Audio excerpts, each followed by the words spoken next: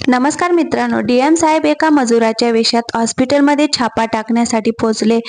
जेव्हा ते हॉस्पिटलच्या आत जात होते तेव्हा गेटवर उभा असलेला सुरक्षा रक्षक त्यांना थांबवतो आणि आत जाण्यास परवानगी देत नाही.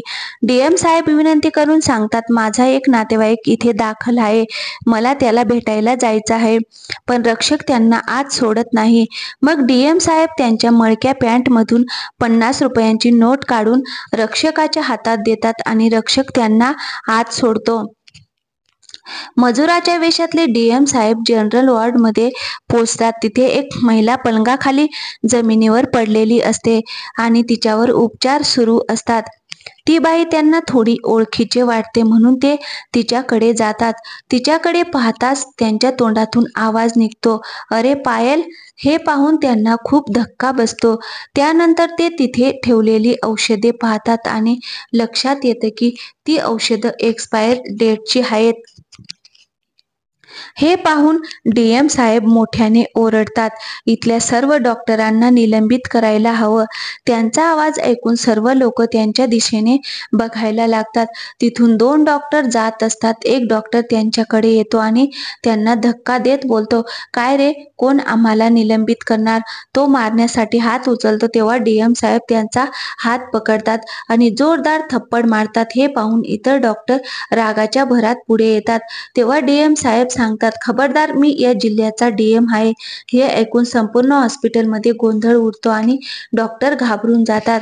त्यानंतर कथा एका लहान खेड्याच्या पार्श्वभूमीवर सुरू होते. हरिश्चंद्र हे त्यांच्या 10 वर्षांच्या मुलासह गावात राहत असतात. ते अल्पभूधारक शेतकरी असतात. त्यांचा मुलगा विकास 5वीत शिकत असतो.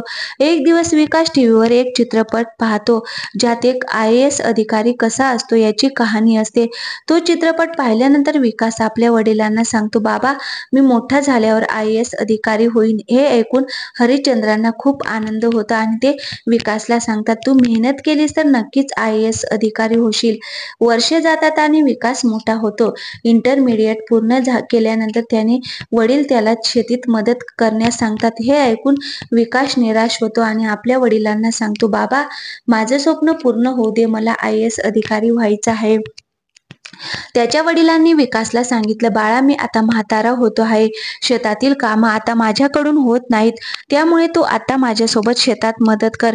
अभ्यास इथे सोड, कारण माझं उत्पन्न कमी झालं आहे. तुझ्या पुढील शिक्षणाचा खर्च आता मी उचलू शकणार नाही. हे ऐकून विकास म्हणतो, बाबा, तुम्ही पैशांची काळजी करू नका. मी मुलांना शिकवणी घेईल, शेतात तुमची मदतही करेन आणि माझा अभ्यासही सुरू ठेवेन. तुम्ही फक्त माझ्या मागे उभे राहा. माझा धीर खचू देऊ नका. हरिश्चंद्रजी म्हणतात, ठीक आहे बाळा, तुझ्या इच्छेनुसार कर. तुला शिकायचं असेल तर मी तुझ्या मागे उभा आहे. विकास गावातील काही मुलांना शिकवायला सुरुवात करतो. तो गणित विषयात विशेष प्रावीण्य मिळवून त्यांना शिकवतो. हळूहळू त्याच्या शिकवणीतील मुलांची संख्या वाढते. त्याचं नाव आसपासच्या गावामध्ये प्रसिद्ध होतं. आई वडील आपल्या मुलांना शिकवण्यासाठी त्याच्याकडे पाठवू लागतात. विकासला लक्षात येते की आता तो एकट्याने इतक्या मुलांना शिकवू शकत नाही. मग तो 2-3 चांगले शिक्षक कामावर ठेवतो आणि त्यांचे शिकवणी केंद्र विकास कोचिंग सेंटर म्हणून ओळखलं जाऊ लागतं. सर्व शिक्षकांची निवड विकास स्वतःच करतो. शिक्षणासोबतच तो शेतातील कामात वडिलांना मदत करत राहतो.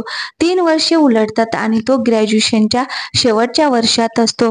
एके दिवशी त्याचे वडील त्याला म्हणतात, बाळा, गावातील लोक बोलत आहेत की मी तुझं लग्न करून दिलं नाही म्हणून तुझ्यावर अन्याय करतो आहे. तू आता लग्न कर. विकास नकार देत म्हणतो, मला अजून शिकायचं आहे. आता लग्नाचं बंधन नको.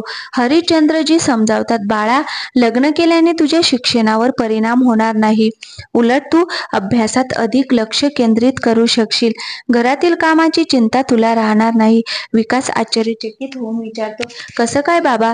हरिश्चंद्रजी उत्तर देतात, सुनबाई घरातील सर्व काम सांभाळेल. तुझं मन मोकळं राहील आणि तू अभ्यासावर लक्ष केंद्रित करू शकशील. विकास वडिलांचं म्हणणं मान्य करतो आणि म्हणतो, ठीक आहे बाबा, तुम्ही मुलगी शोधायला सुरुवात करा. हरिश्चंद्रजी आनंदी होतात आणि विकाससाठी मुलगी शोधायला लागतात. शेजारच्या गावात पायल नावाची मुलगी त्यांना आवडते. पायल सुद्धा शिकलेली होती. मुलगा आणि मुलगी एकमेकांना पाहताच दोघेही लग्नाला हो म्हणतात. नंतर दोन्ही कुटुंबीय चर्चा करून लग्नाची तारीख निश्चित करतात. 2 महिन्यांनी पायल आणि विकासचं लग्न ठरलेल्या तारखेला होतं आणि ती सासरी येते. सासरी आल्यावर पायल विकासची खूप चांगली काळजी घेते. त्यांच्या वडिलांचा खूप आदर सन्मान करते आणि घरही चांगल्या प्रकारे सांभाळते. सगळं काही चांगलं सुरू असतं मित्रांनो. लग्नाआधी पायलने 2-3 ठिकाणी नोकरीसाठी मुलाखतीसाठी दिल्या होत्या. एक दिवस तिला एका शाळेतून फोन येतो की तुमची निवड आमच्या शाळेत शिक्षिका म्हणून झाली आहे. पायल तिच्या नवऱ्याला सांगते, लग्नाआधी मी मुलाखत दिली होती. माझी निवड झाली आहे. मला तिथे शिकवायचं आहे. मला नोकरी करायची आहे. विकास पायलला शाळेत घेऊन जातो. मुख्याध्यापकांशी बोलून विकास म्हणतो, ठीक आहे सर, आम्ही 2 दिवसात उत्तर देऊ. तो पायलला समजावतो, ती एक खाजगी शाळा आहे आणि अशा शाळेवर आपण विश्वास ठेवू शकत नाहीत. तुला जास्त पगारही देणार नाहीत. कमी पगारात तुला काम करावं लागेल. तुला मुलांना शिकवायचं असेल तर तू माझ्या कोचिंग सेंटरमध्ये शिकू शकतेस. पण पायलने मान्य करत नाही. ती हट्ट धरते की ती त्याच शाळेत शिकवणार. पायलच्या हट्टामुळे विकास हतबल होतो. त्याचे वडील विकासला सांगतात, बाळा, सुनबाईला तिथेच नोकरी करायची असेल तर तिला करू दे. सुरुवातीला सगळं चांगलं सुरू असतं. पायल शाळेत शिकवायला जाते आणि घरचं कामही करते. पण काही दिवसानंतर पायलच्या सवयी बदलायला लागतात. ती विकासला म्हणते, तुला दिसत नाही का मला किती घाई गडबड होते. तुम्ही दिवसभर घरीच असता. मला घरच्या कामात मदत का करत नाही. विकासला खूप वाईट वाटतं. तो म्हणतो, पायल, मी शेतात काम करतो, कोचिंग सेंटर चालवतो आणि माझा अभ्यासही करतो. माझी परीक्षा जवळ आली आहे. शेवटचं 1च वर्ष शिल्लक आहे. तू 3 लोकांचं जेवणही करू शकत नाहीस का. पायल कुरकुर करते आणि शाळेत निघून जाते. दुसऱ्या दिवशी ती रागाने स्वयंपाक न करता शाळेत जाते आणि म्हणते, स्वतःचं जेवण करून घ्या, मी उशिरा येईन. हे नाटक काही दिवस चालू राहतं. विकास खूप सहन करतो. तिला समजून घेण्याचा प्रयत्न करतो. पण पायलच्या वागण्यात काहीही बदल होत नाही. शेवटी एके दिवशी विकास तिला स्पष्टपणे सांगतो, आज जेवण बनवल्याशिवाय तू शाळेत जाणार नाहीस. तुला नोकरी करायची असेल तर घरची कामही करावी लागतील. या गोष्टींवरून दोघांमध्ये भांडण होतं आणि पायल आपला सासर सोडून तिच्या आई वडिलांच्या घरी निघून जाते. काही दिवसांनी पायल आपल्या वडिलांना सांगून घटस्फोटाचे पेपर विकासला पाठवते. विकास त्या कागदांवर सही करत नाही आणि आपल्या बाईकवर पायलच्या घरी जातो. तो पायलच्या वडिलांना भेटतो आणि त्यांना सर्व काही सांगतो. पण पायलचे वडीलही पायलची बाजू घेतात. ते म्हणतात, बेटा, तिला जर नोकरी करायची आहे तर त्यात तुम्हाला काय अडचण आहे. विकास म्हणतो, बाबा, तिला नोकरी करायची असेल तर मला काहीच हरकत नाही. पण ती कॉन्ट्रॅक्टवर काम करते आणि ती एक खाजगी शाळा आहे जी तिला केव्हाही नोकरीवरून काढू शकते. तिला शिकवण्याची इतकीच आवड असेल तर ती माझ्या कोचिंग सेंटरमध्ये शिकू शकते. मी तिला शाळेपेक्षा जास्त पैसे देईन. पण पायल आणि तिचे वडील दोघेही गोष्ट मान्य करत नाही. विकास त्यांना सांगून येतो, पायलने स्वतः घटस्फोटाच्या कागदांवर सही करून पाठवली आहे. पण मी त्यावर सही केलेली नाही आणि कधीही करणार नाही. मी तिला कधीच घटस्फोट देणार नाही. लग्न आयुष्यात एकदाच होतं आणि तिने माझ्यासोबत 7 जन्माची गाठ बांधली आहे. मी तिला कधीच सोडणार नाही. तिला तिच्या माहेरी राहायचे असेल तर राहू शकते, पण मी तिला घटस्फोट देणार नाही. जेव्हा तिला वाटेल तेव्हा ती परत सासरी येऊ शकते. असं सांगून विकास घरी परततो. काही दिवस निघून जातात पण पायल परत येत नाही. विकासचं ग्रॅज्युएशनही पूर्ण होतं. आता तो विविध स्पर्धा परीक्षांसाठी फॉर्म भरतो. दुसरीकडे पायलही तिच्या शाळेत शिकवते आणि तिथूनच तिच्या माहेरी जाते. त्यांच्या दोघांमध्ये आता कोणताही संवाद होत नाही. दोघे कोणीही एकमेकांना फोन करत नाही. विकासचे वडील त्यांना सांगतात की सुनबाईला परत आणण्यासाठी प्रयत्न कर. विकास म्हणतो, बाबा, तिला तिची चूक कळली की ती आपोआप परत येईल.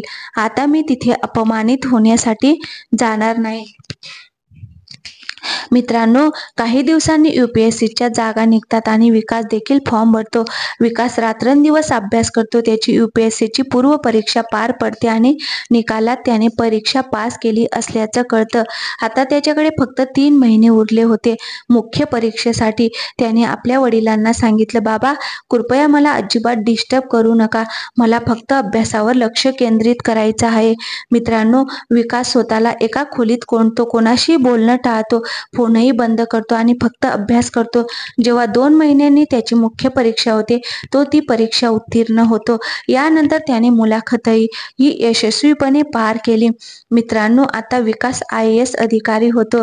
त्याला एका जिल्ह्याचा कार्यभार सोपवला जातो. जिल्हाधिकारी झाल्यानंतर तो प्रामाणिकपणे आपल्या जबाबदाऱ्या पार पाडतो. काही दिवसातच सरकारी रुग्णालयाविरोधात अनेक तक्रारी येऊ लागतात. लोक तक्रारी करत होते की रुग्णांची काळजी घेतली जात नाही, पैसे जास्त घेतले जातात, शोषण होतं किंवा एक्सपायरी औषधांचा वापर केला जातो. कोणत्याही औषधांचा परिणाम होताना दिसत नव्हता आणि रुग्णालयातील डॉक्टर रुग्णांसोबत चांगला व्यवहार करत नव्हते. जेव्हा तक्रारींची संख्या दिवसेंदिवस वाढू लागली, तेव्हा DM साहेब याची खात्री करून घेण्यासाठी स्वतः तपासात सहभागी होण्याचा विचार करतात.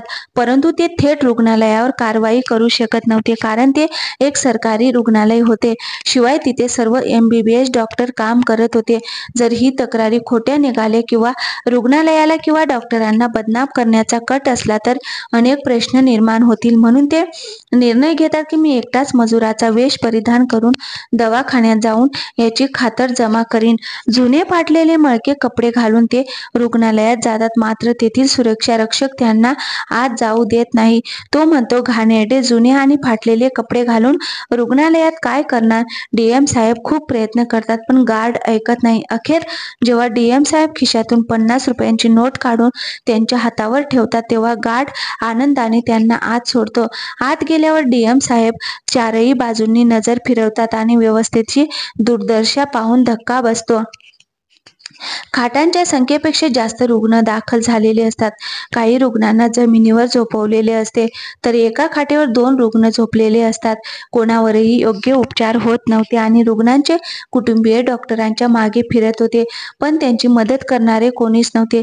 तिथे एका जमिनीवर झोपलेल्या रुग्णावर DM साहेबांची नजर जाते. ती व्यक्ती त्यांना ओळखीची वाटते. जेव्हा ते जवळ जातात तेव्हा धक्का बसतो. त्यांच्या पायाखालची जमीनच सरकते. मोठ्या आवाजात ते ओरडतात, "पायल, तुला काय झाले आहे?"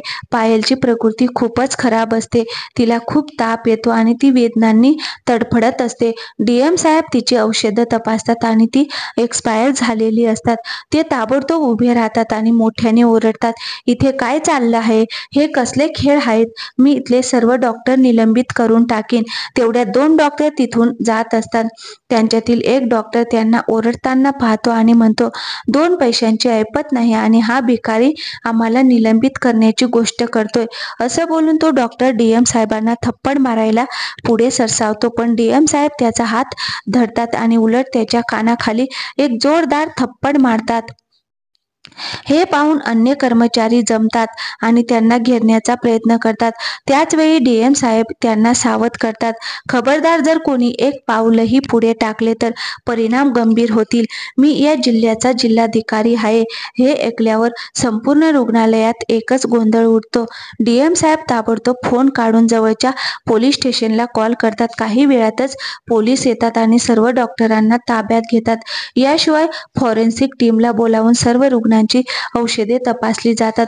बहुतांशी औषधे एक्सपायर झालेली आढळतात. यानंतर DM साहेब डॉक्टरांवर गुन्हा दाखल करतात आणि त्यांचा परवाना निलंबित करतात. त्यानंतर ते पायल जवळ जातात आणि म्हणतात, "उठ पायल, आता मी आलो आहे. सगळं ठीक होईल. मी तुला काहीही होऊ देणार नाही." पायल हळूच डोळे उघडते आणि बघते की विकास आलेले आहेत. विकास तिला सांगणार होते की मी आता DM साहेब झालो आहे, पण ते काही बोलत बोलायच्या आधीच पायल म्हणते, मला या सगळ्या गोष्टी आधीच माहीत होत्या. मला माझ्या कृतीची खूप लाज वाटते. कृपया मला माफ करा. विकास तिला शांत करतात आणि म्हणतात, मी तुला काही होऊ देणार नाही पायल, आणि ते तिला आपल्या खुशीत उचलतात. त्याच वेळी त्याचा ड्रायव्हर गाडी घेऊन त्यांच्यापर्यंत पोहोचतो. डीएम साहेब पटकन ड्रायव्हरला एका चांगल्या रुग्णालयात जाण्यास सांगतात. त्यानंतर पायलवर चांगले उपचार केले जातात आणि ती 1-2 दिवसात पूर्णपणे बरी होते. मग विकास पायलला विचारतात, तुझी ही अवस्था कशी झाली? तेव्हा पायल सांगते, मी तुम्हाला घटस्फोटासाठी कागदपत्रे पाठवली होती. त्यानंतर अवघ्या 6 महिन्यानंतर वडिलांची तब्येत बिघडली. त्यांच्यावर याच रुग्णालयात उपचार झाले, पण ते वाचू शकले नाहीत कारण त्यांना एक्सपायरी औषधं दिली गेली होती. याची आम्हाला कल्पना नव्हती. त्यानंतर वर्षभरात माझी नोकरीही गेली. या तणावामुळे माझी प्रकृती खालावली आणि काही काळाने माझी प्रकृती आणखीन बिघडली. माझ्या शेजाऱ्यांनी मला त्या सरकारी रुग्णालयात दाखल केले आणि यानंतर काय घडले ते तुम्हाला आधीच माहिती आहे. तुम्ही योग्य वेळी तिथे पोहोचला नसता तर मी सुद्धा या जगात राहिली नसती. हे ऐकून विकास पायलच्या ओठांवर हात ठेवतात. पायल म्हणते, मला माझ्या कृतीची खूप लाज वाटते. मी तुमच्याशी असं वागायला नको होतं. मी तुमचं काहीही ऐकून घेतलेले नाही. कृपया मला माफ करा. विकास म्हणतात, काही हरकत नाही. विसरून जा सगळ्या गोष्टी आता. तुला तुझी चूक कळाली आणि त्याबद्दल पश्चाताप होत आहे. हीच खूप मोठी गोष्ट आहे. चूक माणसाकडून होते आणि ती माफ करून पुढे सोबत आनंदाने जगणं हेच माणुसकी आहे. मी त्या घटस्फोटाच्या कागदपत्रांवर सह्या केल्या नाहीत. मी आधीच तुला सांगितलं होतं की पती पत्नीचं नातं जन्मोजन्मीचं असतं आणि ते मी मरेपर्यंत टिकून ठेवीन. मी अजूनही तुझाच नवरा आहे. जर तुला वाटलं तर. हे ऐकून पायल ढसाढसा रडायला लागते आणि विकासचे पाय धरते. विकास तिला उचलून मिठी मारतात. दोघं पती पत्नी पुन्हा एकत्र येतात आणि आनंदाने जगू लागतात. डीएम साहेब त्या रुग्णालयाविरुद्ध कोर्टात याचिका दाखल करतात, ज्यात नवीन डॉक्टरांची नियुक्ती आणि रुग्णालयाचा कारभार सुधारावा अशी मागणी असते. त्यानंतर रुग्णालयात नवीन आणि सक्षम डॉक्टरांची नियुक्ती होते आणि रुग्णालयाची अवस्था सुधारते. काही काळात ते रुग्णालय शहराचं सर्वोच्च रुग्णालय बनतं. मित्रांनो, ही होती आजची गोष्ट. कशी वाटली? कृपया कमेंट करून आम्हाला कळवा. जर कथा आवडली असेल तर व्हिडिओला एक लाईक करा आणि चॅनलवर नवीन असाल तर प्लीज चॅनलला सबस्क्राईब करायला विसरू नका. थँक्यू. धन्यवाद मित्रांनो.